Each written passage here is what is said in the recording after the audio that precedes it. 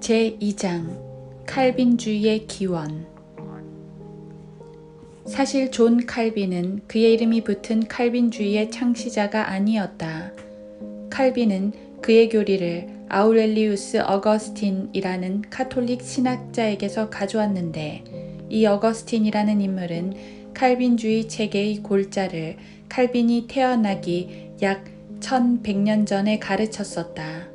칼빈주의자들은 어거스틴이 성경을 가르쳤기 때문에 성경적인 교부였고, 성경적인 교부가 가르쳤기 때문에 칼빈이 믿게 되었으며, 따라서 칼빈주의가 성경적이라는 해괴한 주장을 한다.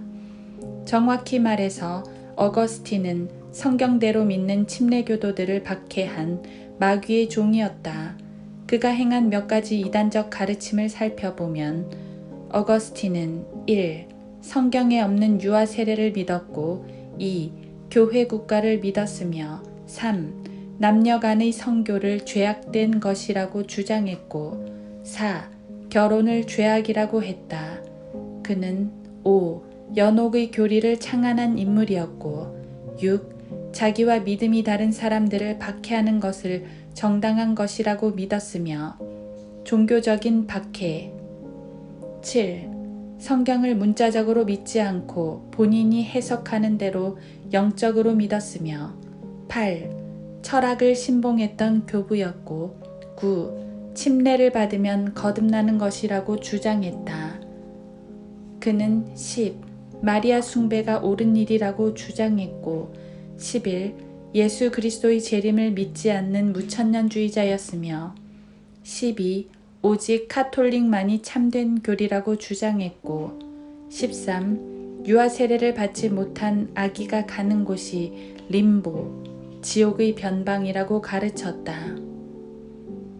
어거스틴이 이처럼 많은 이단적인 교리들을 가르쳤다면 왜 그의 예정이나 선택의 교리가 옳다고 믿어야 하는 것인가?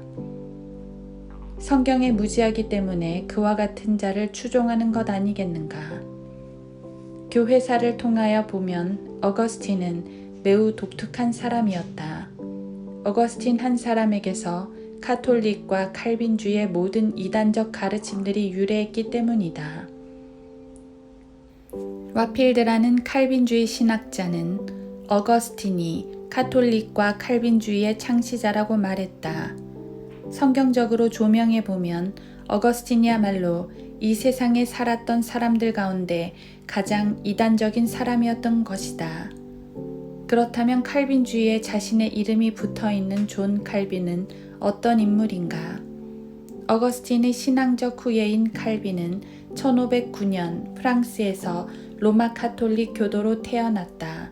그는 변호사가 될 정도로 많은 교육을 받았지만 스위스의 제네바로 옮겨가 종교개혁에 가담했으며, 로마 카톨릭에 반대하여 개신교 교회 국가를 세우려 했다.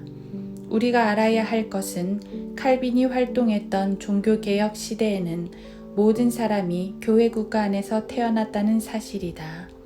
교회 국가는 교회가 곧 국가이고 국가가 곧 교회라는 말이다. 당시에 한 도시가 있으면 그 도시는 카톨릭이든지 개신교든지 둘 중 하나를 택해야만 했다. 그때 교회 국가를 반대했던 사람은 성경대로 믿는 침례교도들밖에 없었다.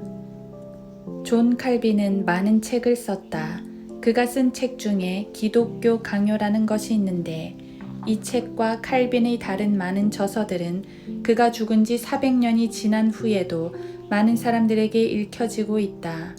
그러나 우리는 여기서 칼빈의 이단적 사상을 예리하게 살펴보아야 한다. 첫째, 칼빈은 유아에게 물을 뿌리면 구원받는다고 믿었다. 그는 유아 세례를 신봉했지만 사실 그의 기독교 강요에서는 침례가 옳다고 주장했다. 둘째, 칼빈은 무천년주의자였다. 그는 실제적이며 문자적인 천년왕국을 믿는 사람들을 무시했다. 자신과 믿음이 다르면 박해해도 좋다고 생각했고, 그래서 그의 친구 세르베투스를 자신과 교리가 다르다는 이유로 화형에 처했다. 셋째, 성경에 따르면 교회와 국가는 엄격히 분리되어야 함에도 불구하고 칼빈은 교회 국가를 믿었다. 칼빈의 이단적 사상은 무엇보다 그의 5대 교리에 응축되어 있는데 칼빈주의는 튤립이라 불리는 5대 교리가 가장 기본적인 교리였지만 실제로 존 칼빈이 그것을 자신의 5대 교리라고 가르친 것은 아니었다. 칼빈의 5대 교리는 칼빈 이후 어떤 신학자들이 정립한 것이며 칼빈은 5대 교리를 믿기는 했어도 그것을 자신의 5대 교리라고 정의 내리지는 않았다. 실제로 튤립으로 알려진 칼빈의 5대 교리는 1619년 네덜란드의 돌트웨이에서 제정된 돌트 신경에서 취해진 것이다. 그 5대 교리를 체계화한 돌트 신경은 칼빈주의의 총체이자 본질이며 칼빈주의 신학의 고전이라고 불린다. 역사상 이 돌트 신경 외에 개혁주의 교회의 또 다른 중요 신조는 웨스트민스터 회의에서 채택된 웨스트민스터 신앙 고백이다. 이 신앙 고백은 개혁 신앙의 가장 완벽한 표현이요 믿음의 법칙이라고 불린다.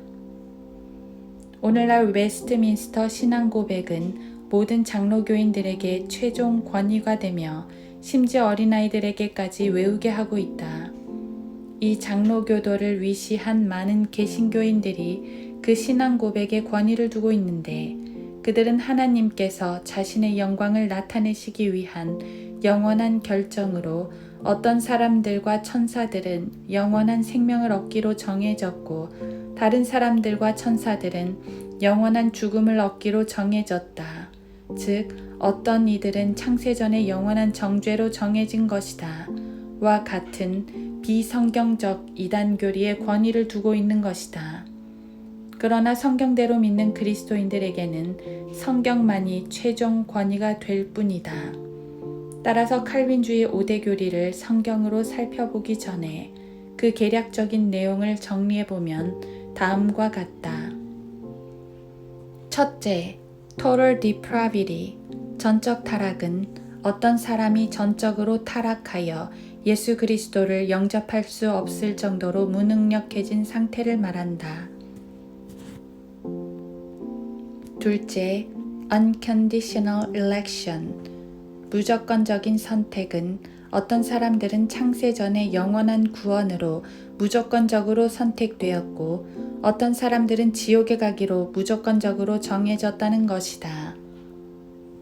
셋째, limited atonement, 제한적 속죄는 예수 그리스도께서 흘리신 피가 하나님께서 창세 전에 택하신 사람들만을 위해서 뿌려졌다는 것이다. 넷째, irresistible grace, 저항할 수 없는 은혜는 하나님께서 어떤 죄인을 강제로 거듭나게 하시고 강제로 믿게 하셔서 구원받게 하신다는 것이다. 다섯째, perseverance of the saints, 성도의 견인은 모든 거듭난 그리스도인들이 행위를 통해서 구원이 보장된다는 것이다. 오늘날에는 이것을 보존이라고 하는 구원의 영원한 보장으로 가르치고 있다.